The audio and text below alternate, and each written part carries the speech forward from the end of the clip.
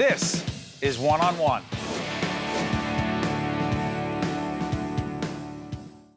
Back by popular demand here on public television, we have our good friend Gary Myers, author of the book Brady versus Manning, the untold story of the rivalry that transformed the NFL. Good to see you, Gary. It's good to see you again, Steve. Not that there's anything happening with these two guys as we are in May of 2016. So real quick, let's just do this. By the way, why'd you write the book? Why? Because I was looking for something that was current and something that defined this era of the NFL, which has been its most popular and profitable. And these two guys, you know, for a decade and a half were the faces of the NFL.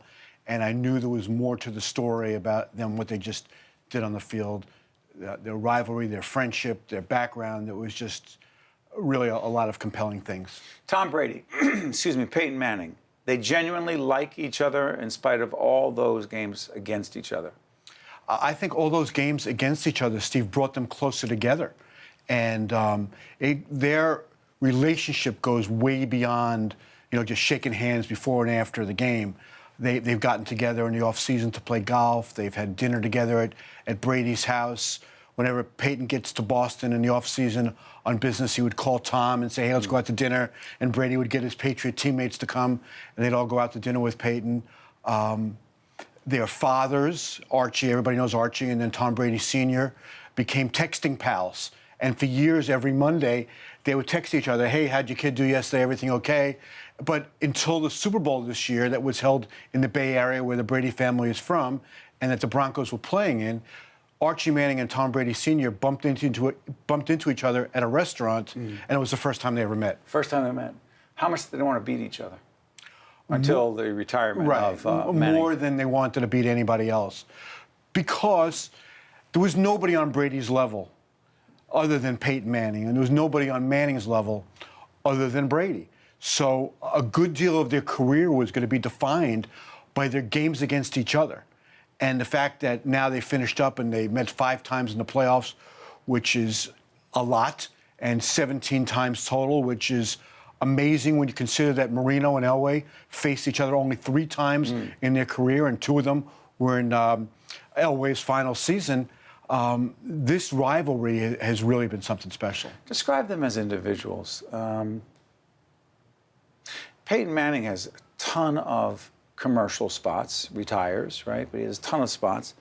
Tom Brady, I don't know what to make of. We'll talk about Deflategate. We'll talk about a few different pieces of this. But what are they like personally? Well, I think that, you know, the public persona of Peyton is this outgoing, gregarious guy, and what we know in the commercials about him and how he's got such an engaging personality. I think the private side of Peyton is very controlling. Controlling. He is somewhat of a control freak, both in the way he used to operate around his team, trying to be in charge of every little detail, and then his away from the field life. I think that he's very much involved in just about everything that goes on. For example, when I asked him to be interviewed for this book, I mean, I had to go through a whole process with him before he agreed to give me some time.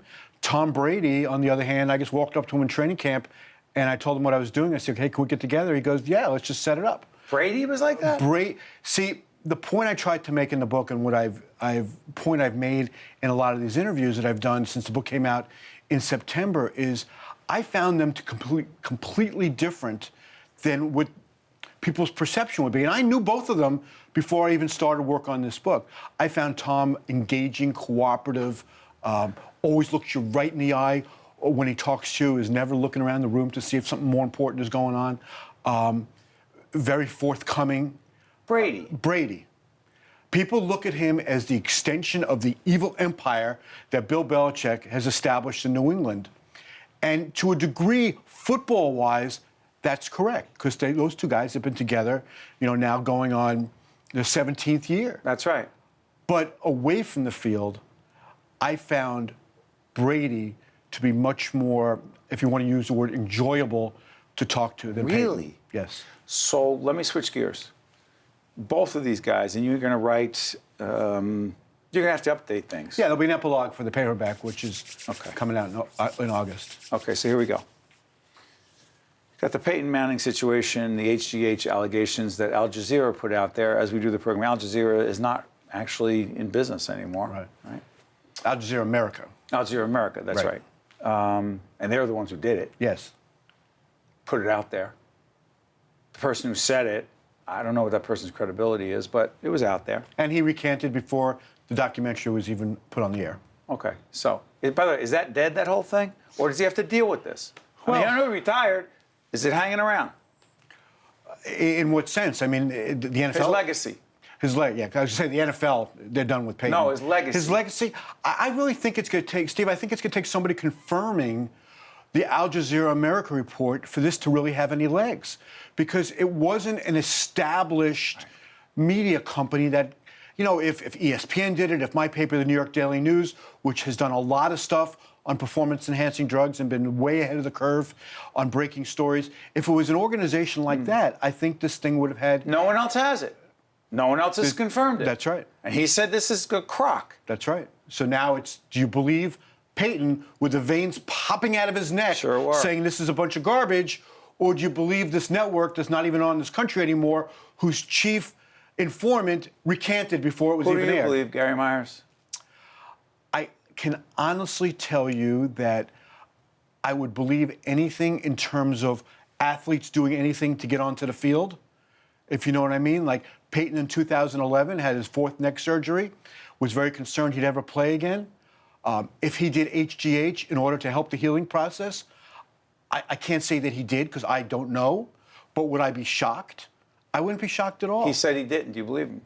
I do believe him only because I think that he has established credibility during the course of his career that he deserves it at this point. So we're doing this program as we move into May of 2016. The program will air after.